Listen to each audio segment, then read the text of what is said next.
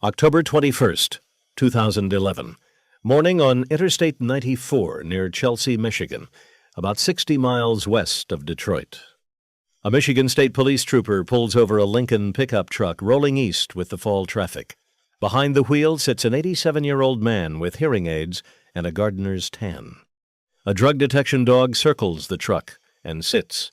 In the covered bed, agents find duffel bags packed with 104 kilograms of cocaine, nearly $3 million worth at street value. The driver is a decorated World War II veteran, and at that moment, on the shoulder of a Michigan highway, the longest and strangest run in the history of the Sinaloa Cartel comes to an end. His name was Leo Sharp. To the flower world, he was a legend, one of the most celebrated daylily breeders in America, a man whose blooms won awards and whose catalog reached gardeners around the globe. To the cartel, he was El Tata, the grandfather. Their oldest, most reliable, most unlikely courier, a man who hauled cocaine by the hundredweight across the country while looking like everyone's great-grandpa. If you've seen the Mule, you know the Hollywood version. Clint Eastwood made him Earl Stone. The real story is stranger. This is the true story behind the Mule. The story of how a war hero and master gardener went broke, took a handshake deal from a drug cartel, and spent his final working years moving more than a ton of cocaine between Arizona and Michigan. How he earned over $1 million doing it, and how a DEA wiretap in Detroit slowly closed around a man agents could hardly believe existed. Because here's the hook. When investigators first heard cartel voices talking about a legendary old driver called Tata, some of them thought he was a myth, a code name, a ghost. Nobody believed the Sinaloa Cartel would put a fortune in cocaine in the hands of a man born when Calvin Coolidge was president. They were wrong. And the truth about why the cartel loved him tells you more about the drug war than any movie ever could. Leo Earl Sharp was born on May 7, 1924, in Michigan City, Indiana. His childhood was poor and rough, the Depression-era Midwest, with nothing to spare. When the Second World War came, Sharp went into the United States Army and ended up in the Italian campaign, some of the ugliest fighting of the war, a brutal grind up the peninsula against dug-in German positions. He came home with a Bronze Star. He rarely talked about how he earned it. Men of that generation usually didn't. And that the discipline it beat into him showed up in everything he did afterward. Early mornings, exact routines. Finish the job, whatever the job is, remember that trait, the cartel would come to prize it more than anyone. And then Leo Sharp did what millions of veterans did. He built a quiet American life, but somewhere along the way he found the thing that would define him for the next half-century: flowers. Specifically, daylilies. Sharp didn't just grow them, he bred them. And breeding daylilies is slow, obsessive work.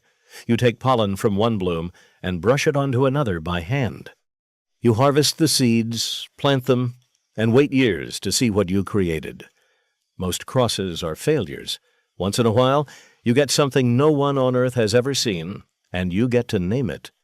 Sharp did that thousands of times, season after season, chasing new colors and forms the way other men chase money. He built a farm operation called Brookwood Gardens in Michigan City and turned it into a name that daylily collectors knew worldwide. Over the decades, he introduced scores of new varieties, won honors in the hemerocallis world, and traveled the country speaking to garden societies. Collectors reportedly paid $100 or more for a single plant of his newest creations. Understand what that means.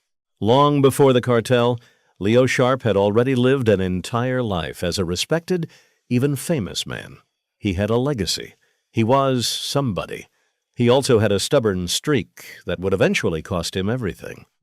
By the 2000s, the mail-order flower business was moving on to the Internet, and Sharp, now in his 80s, refused to follow it. He was a catalog and handshake man in a click-and-ship world, and he wouldn't budge. Orders dried up. Bills didn't. Through the 2000s, the farm that had been his life's work slid toward failure, and the man who had beaten the Depression, the German army. And 8 decades of hard living was suddenly facing the one enemy he couldn't outwork: debt. That's the soil this story actually grew in. Not greed, not thrill. An old man watching his life's work die and looking for any way to save it. The door opened through his own fields. Workers at Sharp's farm included Mexican laborers, and through one of those connections, the accounts say, Sharp was introduced to men tied to the Sinaloa Cartel, the massive trafficking organization run by Joaquin El Chapo Guzman. What they offered him sounded almost innocent. Drive, that's it. Pick up a load in the Southwest, drive it to Michigan, get paid in cash. Sharp said yes, and with that one decision, an 80-something-year-old flower breeder became a cog in the biggest drug machine in the Western Hemisphere. Now let's break down why this worked. Because the scheme was smarter than it looks. The opportunity was a blind spot in American policing. Highway drug interdiction runs on profiles. Young men, rental cars, out-of-state plates on certain corridors, nervous behavior.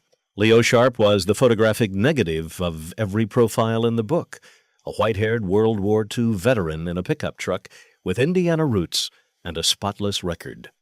No trooper on earth looks at that man and sees a 1/4 ton of cocaine. The inside connection was the cartel's Detroit cell, a distribution hub that received shipments and needed them moved from the border region without touching airports, trains.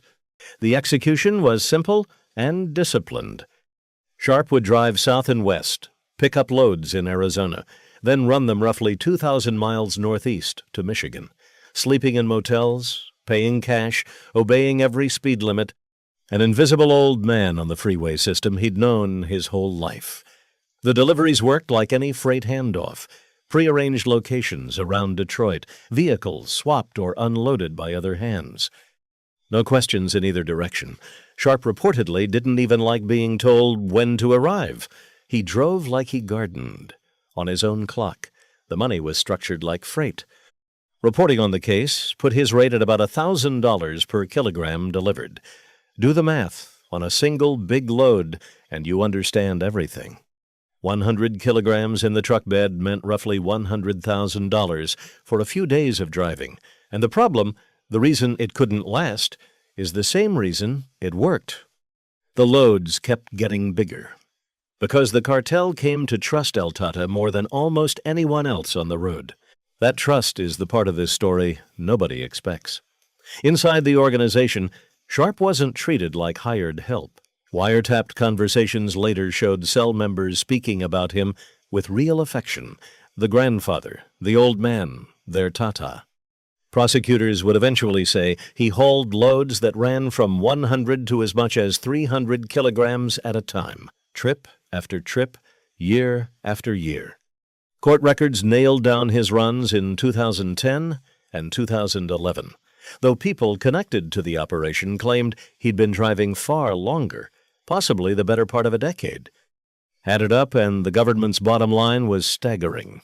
More than a ton of cocaine delivered, more than $1 million earned by a man collecting Social Security.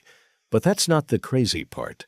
The crazy part is that while all this was happening, Leo Sharp never stopped being Leo Sharp. He still tended his fields. He still corresponded with collectors.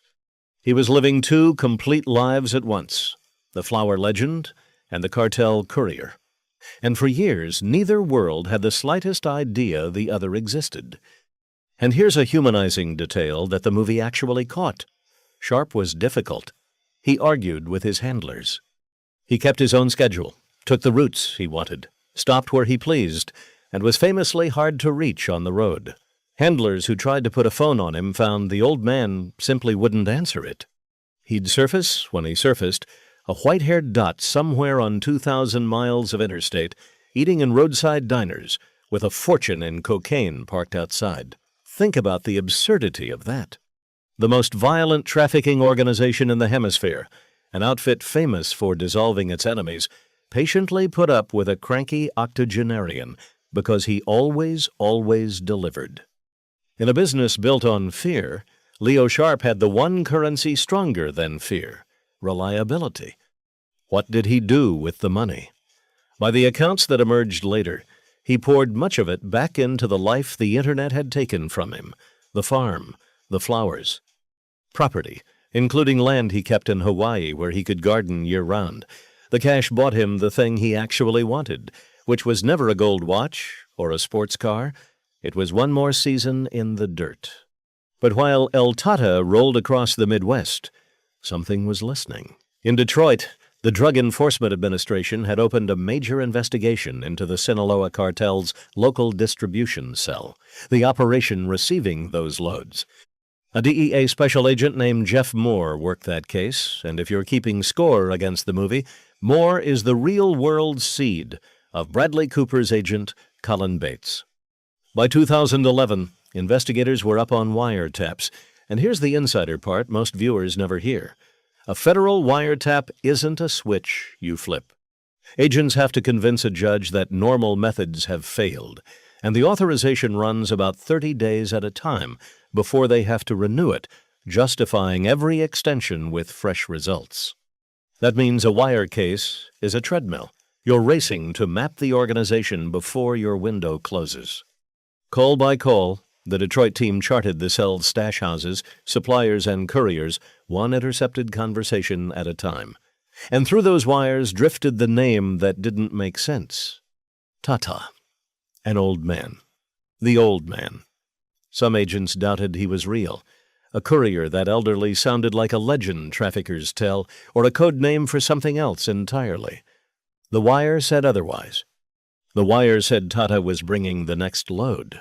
Here's where it gets interesting, because what happened next is a masterclass in how federal drug cases actually work.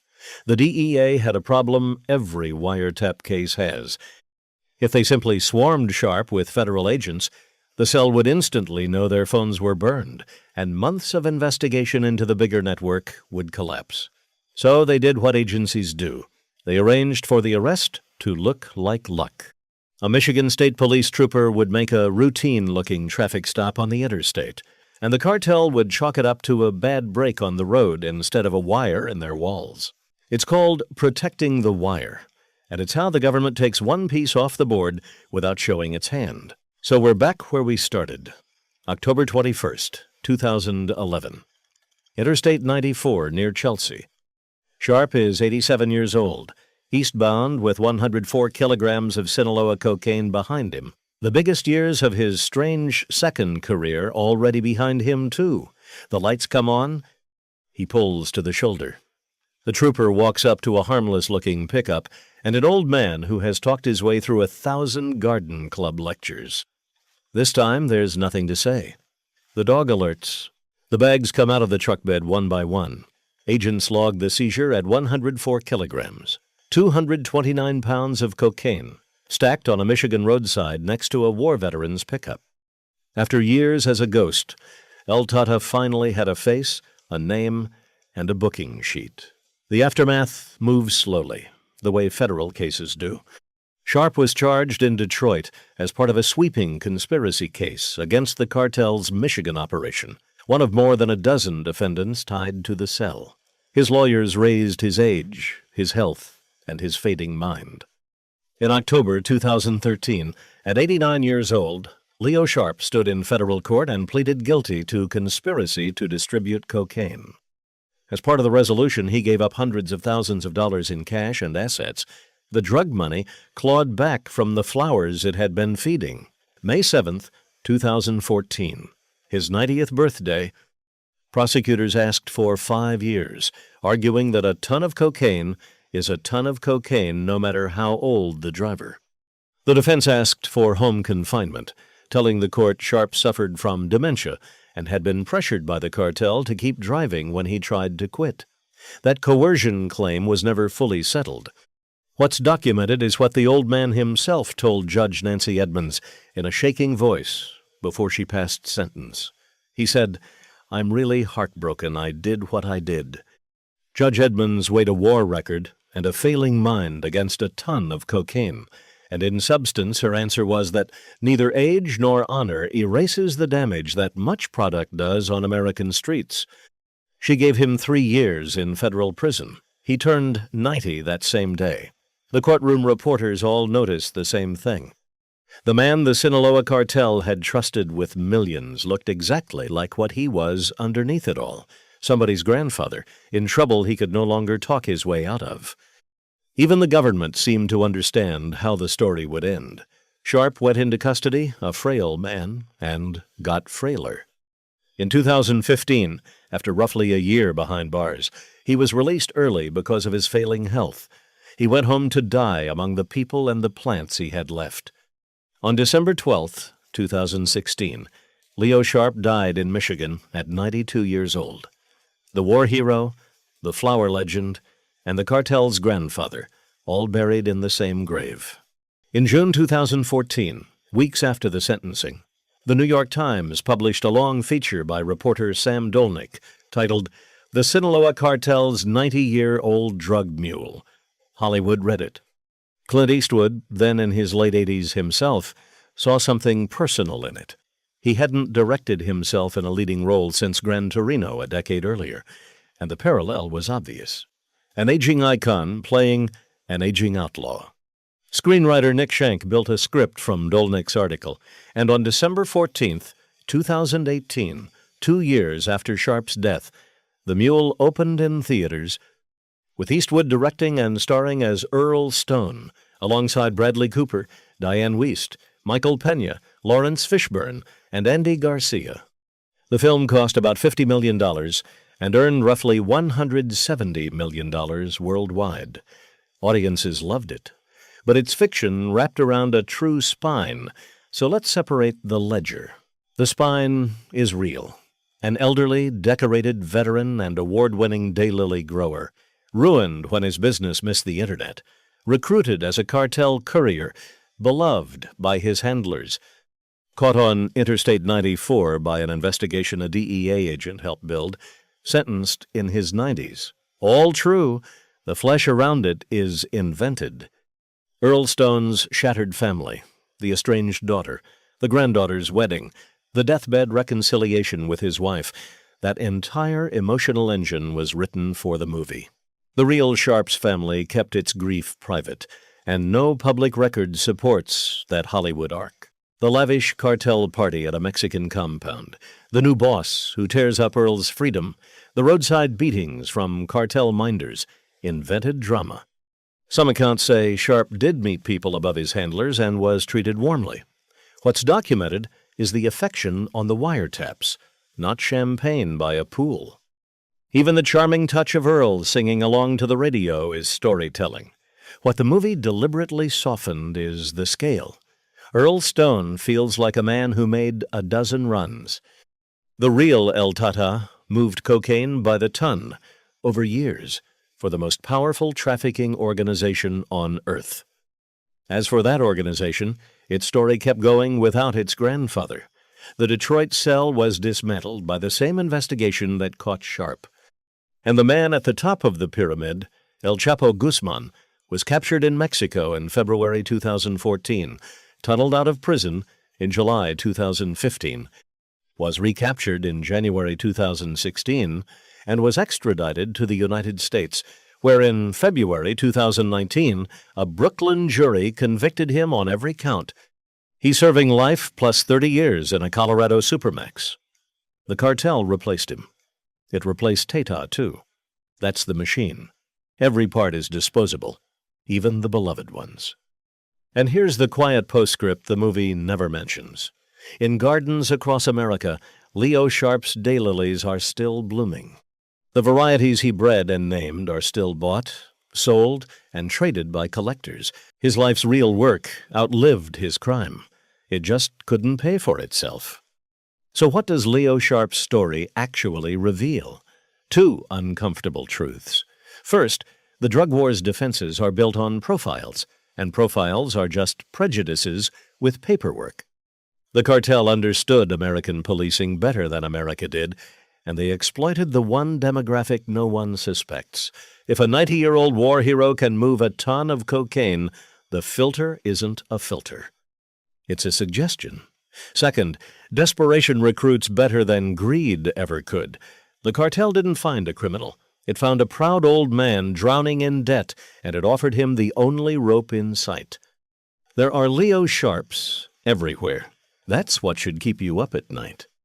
Leo Sharp spent 60 years creating living things so beautiful that strangers paid to grow them, and 2 years of federal time for the ugliest cargo in America. Both stories are true. Both men were real. The lesson of El Tata isn't that a good man turned bad or a bad man fooled us.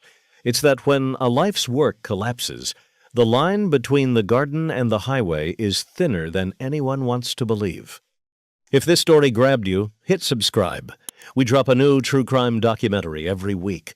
And drop a comment. Which real story behind a crime movie should we cover next?